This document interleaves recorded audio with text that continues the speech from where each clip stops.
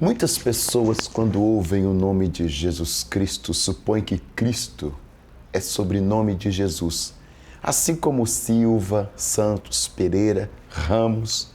Porém, a palavra Cristo, em português, é simplesmente uma transliteração da palavra Christos, que foi usada na tradução grega do Antigo Testamento, em hebraico, para traduzir a palavra Machia, ou Messias. Assim, quando ouvimos o nome Jesus Cristo, não devemos pensar em Cristo como um sobrenome, mas como um título. Como dizemos Jesus Cristo, estamos dizendo ao mesmo tempo Jesus Messias. Bom, eu sou o professor Daniel Ramos e nós vamos falar sobre isso aqui, a Cristologia no Pentateuco. Não deixe de se inscrever no nosso canal, ok? Sabemos que isso nos ajuda a entender como podemos falar de uma cristologia do Antigo Testamento, apesar de o próprio Jesus Cristo não aparecer literalmente, em carne, antes dos evangelhos do Novo Testamento. Podemos falar de uma cristologia do Antigo Testamento porque contém numerosas promessas, profecias, sombras, tipos que apontam adiante para a vinda do Messias, para a vinda do Cristo. Não vamos olhar todos esses textos, mas vamos nos concentrar em alguns dos mais importantes.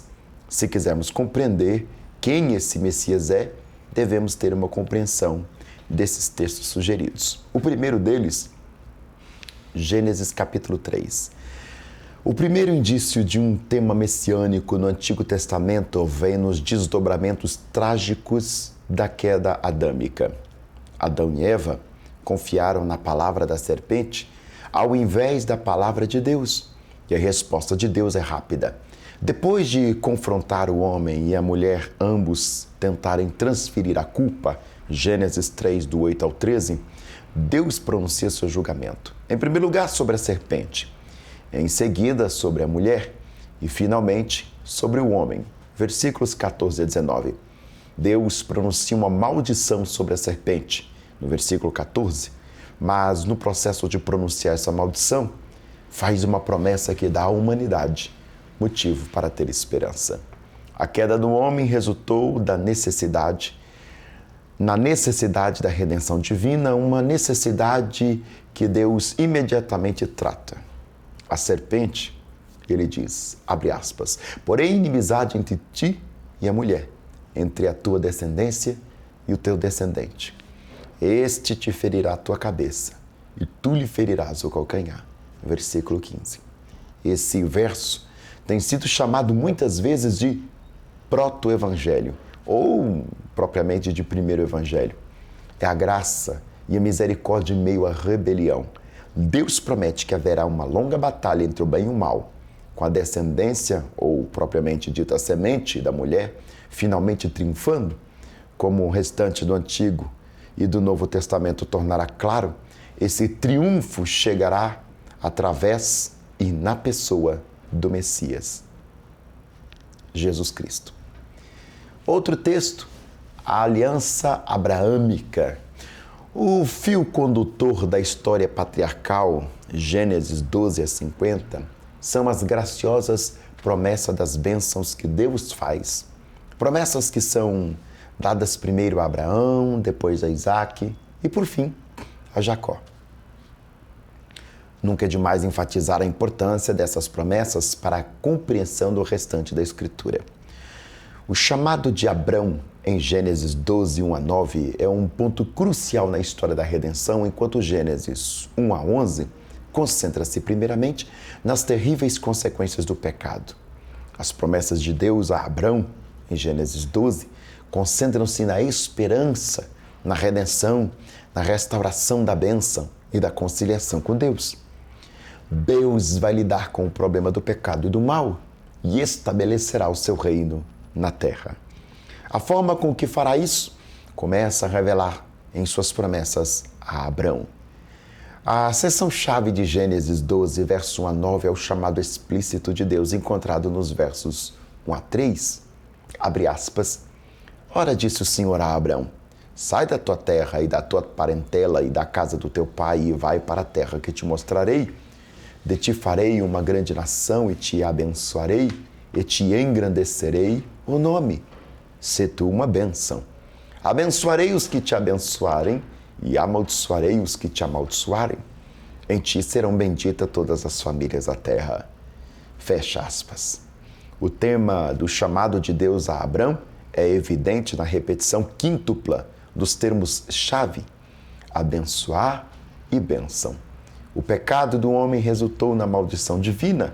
Gênesis 3, verso 14, capítulo 17, o capítulo 4, verso 11, capítulo 5, verso 29 e também o capítulo 9, verso 25. Mas aqui Deus promete formar um povo para si e restaurar seus próprios originais de bênção para a humanidade. Aí você confere depois em Gênesis 1, 28. Abrão será um homem, de alguma forma, o mediador dessa bênção restauradora. O chamado de Deus a Abrão contém 4 promessas básicas: descendência, terra, bênção do próprio Abrão e bênção das nações através de Abrão. A promessa de bênção às nações da terra é fundamental. As bênçãos de todas as famílias da terra é o propósito principal por trás do chamado de Deus a Abrão. Sua vocação e as promessas que lhe são dadas não são um fim em si mesmas.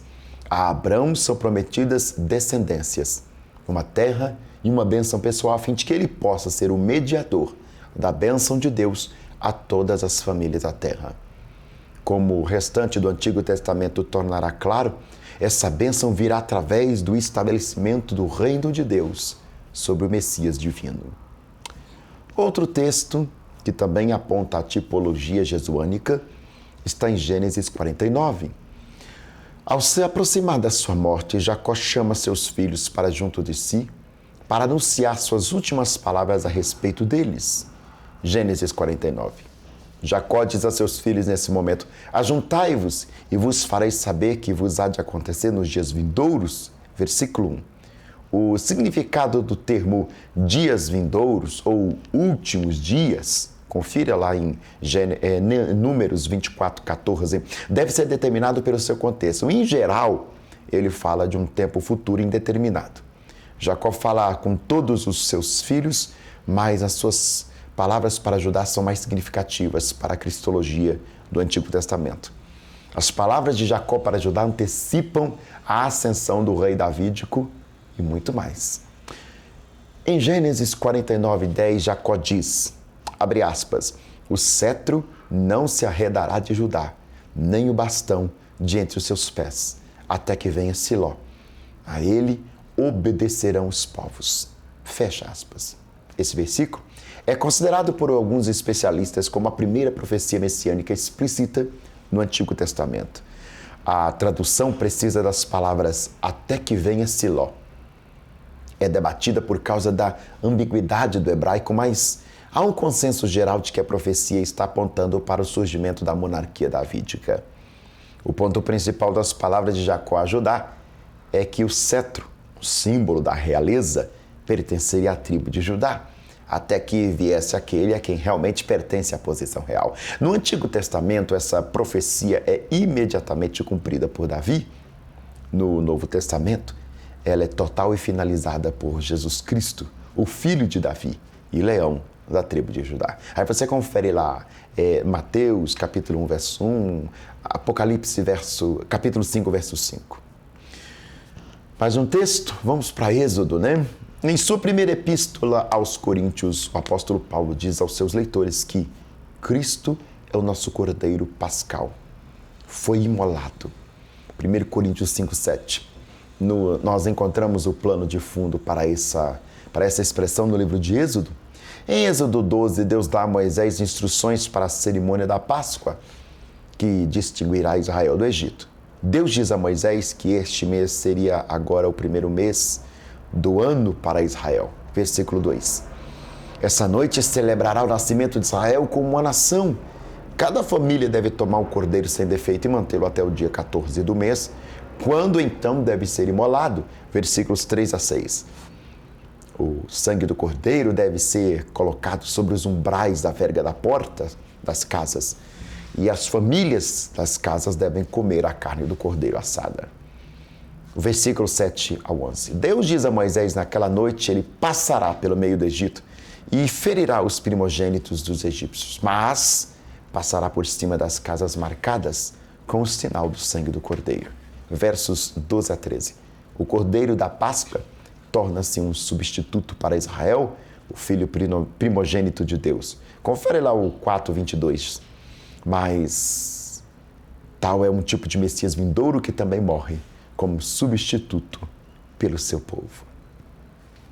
Vamos ver a perspectiva cristológica em Levítico. A relevância messiânica do Levítico não pode parecer evidente à primeira vista, mas quando lembramos que o Novo Testamento descreve Cristo como nosso sumo sacerdote, Hebreus capítulos 8 a 9, e como sacrifício definitivo pelo pecado, Hebreus 10, a relevância do Levítico se torna cada vez mais evidente. A santidade requerida do povo de Deus é elaborada no livro de Levítico, onde as leis a respeito dos sacrifícios e do sacerdócio são dadas em detalhe. Sacrifícios fomentam ou forneciam um meio para a purificação do povo de Israel quando cometiam pecado, e os sacerdotes que ofereciam esses sacrifícios se colocavam como mediadores entre Deus e seu povo. Tanto um sacerdócio quanto um sacrifício apontavam para uma realidade maior que viria na pessoa e obra de Jesus, o Messias. Em Números 24, uma das mais intrigantes profecias messiânicas é encontrada em Números 22 ao 24, na história de Balaão.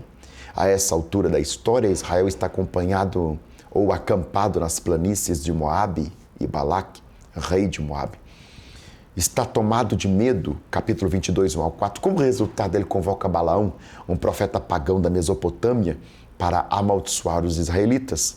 Versos 5 a 8. Porém, Deus não permite que Balaão amaldiçoe Israel, mas ordena que, ao invés disso, abençoe-o.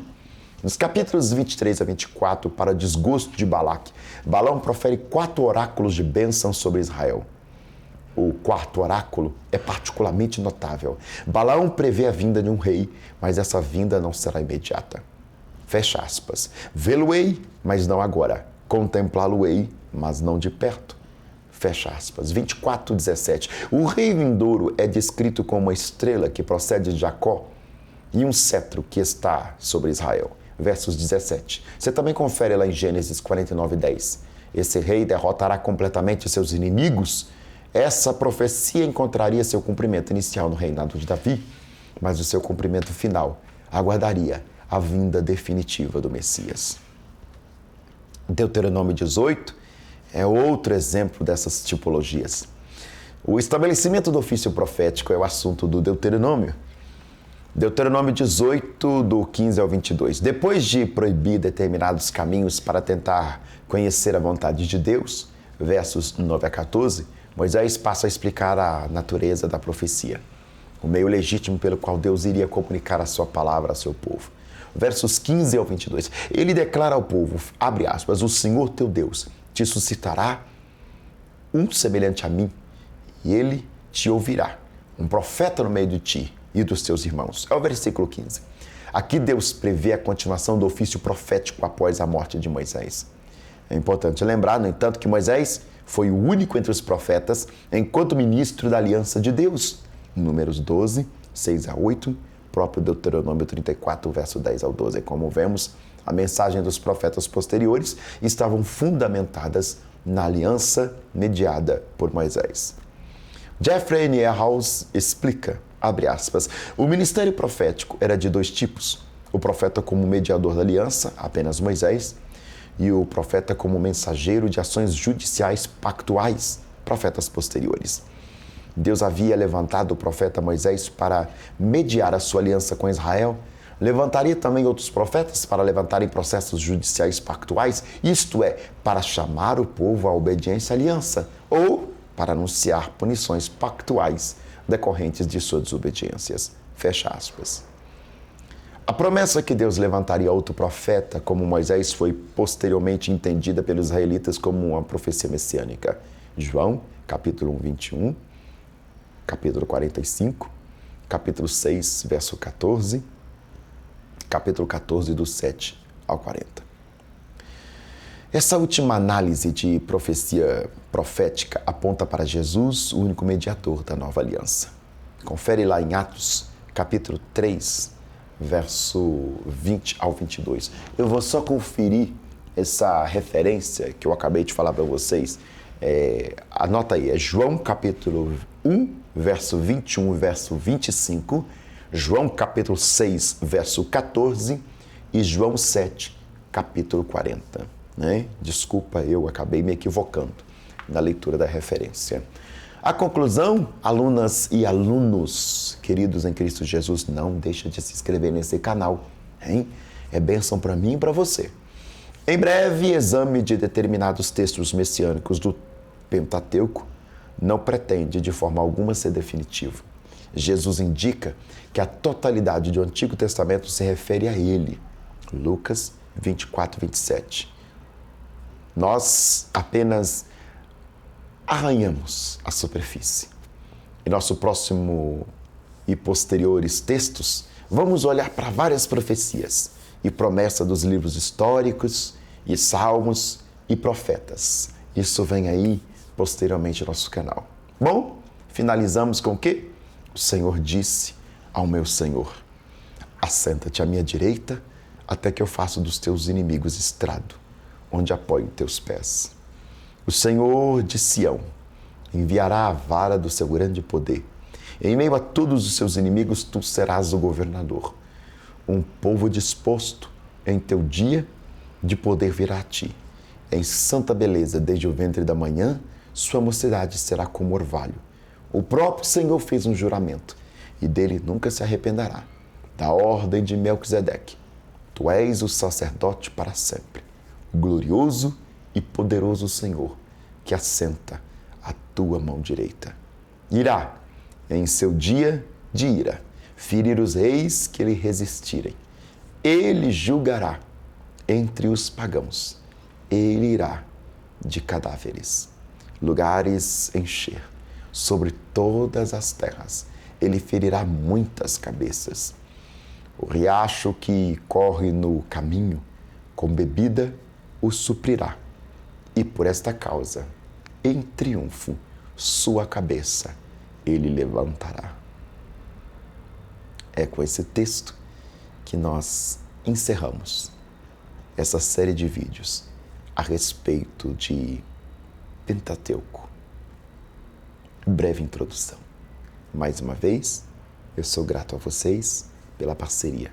Não deixe de ouvir nossos podcasts no seu serviço de streaming preferido. Deus abençoe a sua vida. Beijo no coração.